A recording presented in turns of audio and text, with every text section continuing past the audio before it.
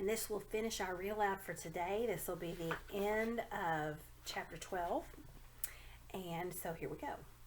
The trumpets sounded again, a new noise to Shasta, not huge and solemn like the horns of Tashbaan, nor gay and merry like King Loon's hunting horn, but clear and sharp and valiant. The noise was coming from the woods to the east, and soon there was a noise of horse hoofs mixed with it. A moment later, the head of the column came into sight. First came the Lord Peridon on a bay horse carrying the great banner of Narnia, a red lion on a green ground. Shasta knew him at once.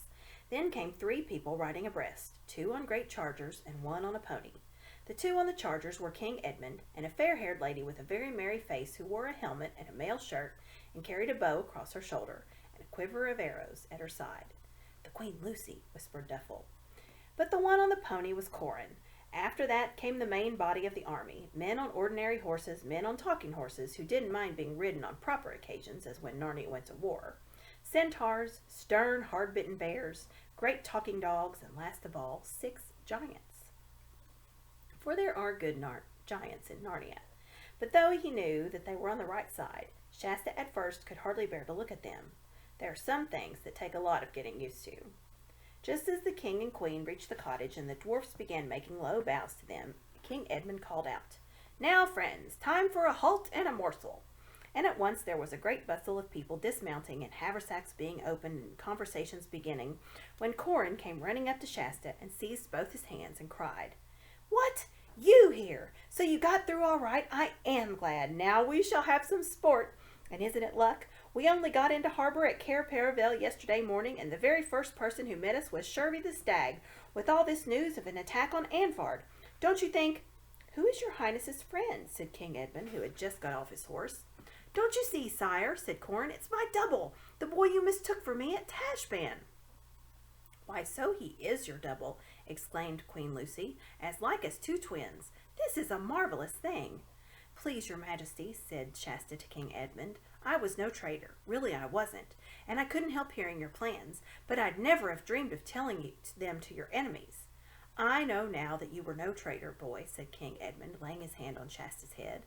"But if you would not be taken for one, another time, try not to hear what's meant for other ears. But all's well." After that there was so much bustle and talk and coming and going that Shasta for a few minutes lost sight of Corin and Edmund and Lucy. But Corin was the sort of boy whom one is sure to hear of pretty soon, and it wasn't long before Shasta heard King Edmund saying in a loud voice, "By the lion's mane, Prince, this is too much. Will your highness never be better? You are more of a heart's scald than our whole army together. I'd as lief have a regiment of hornets in my command as you." Shasta wormed his way through the crowd, and there saw Edmund looking very angry indeed, Corin looking a little ashamed of himself, and a strange dwarf sitting on the ground making faces. A couple of fawns had apparently just been helping it out of its armor. "If I but had my cordial with me," Queen Lucy was saying, "I would soon mend this. But the High King has so strictly charged me not to carry it commonly to the wars, and to keep it only for great extremities." What had happened was this. As soon as Corin had spoken to Shasta, Corin's elbow had been plucked by a dwarf in the army called Thornbutt. "What is it, Thornbutt?" Corin had said. "Your Royal Highness," said Thornbutt, drawing him aside, "our march today will bring us through the pass and right to your royal father's castle. We may be in battle before tonight." "I know," said Corin. "Isn't it splendid?" "Splendid or not," said Thornbutt, "I have the strictest orders from King Edmund to see to it that your highness is not in the fight. You will be allowed to see it, and that's treat enough for your highness's little years." "Oh, what nonsense!" Corin burst out. "Of course I'm going to fight. Why, the Queen Lucy's going to be with the archers."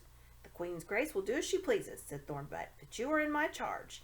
Either I must have your solemn and princely word that you'll keep your pony beside mine, not half a neck ahead, till I give your highness leave to depart, or else, it is his majesty's word, we must go with our wrists tied together like 2 prisoners." "I'll knock you down if you try to bind me," said Corin. "I'd like to see your highness do it," said the dwarf. That was quite enough for a boy like Corin, and in a second he and the dwarf were at it, hammer and tongs. It would have been an even match, for though Corin had longer arms and more height, the dwarf was older and tougher. But it was never fought out. That's the worst of fights on a rough hillside, for by very bad luck Thornbutt trod on a loose stone, came flat down on his nose, and found when he tried to get up that he had sprained his ankle. A really excruciating sprain, which would keep him from walking or riding for at least a fortnight. See what your highness has done, said King Edmund, deprived us of a proved warrior on the very edge of battle. I'll take his place, sire, said Corin. Pshaw, said Edmund.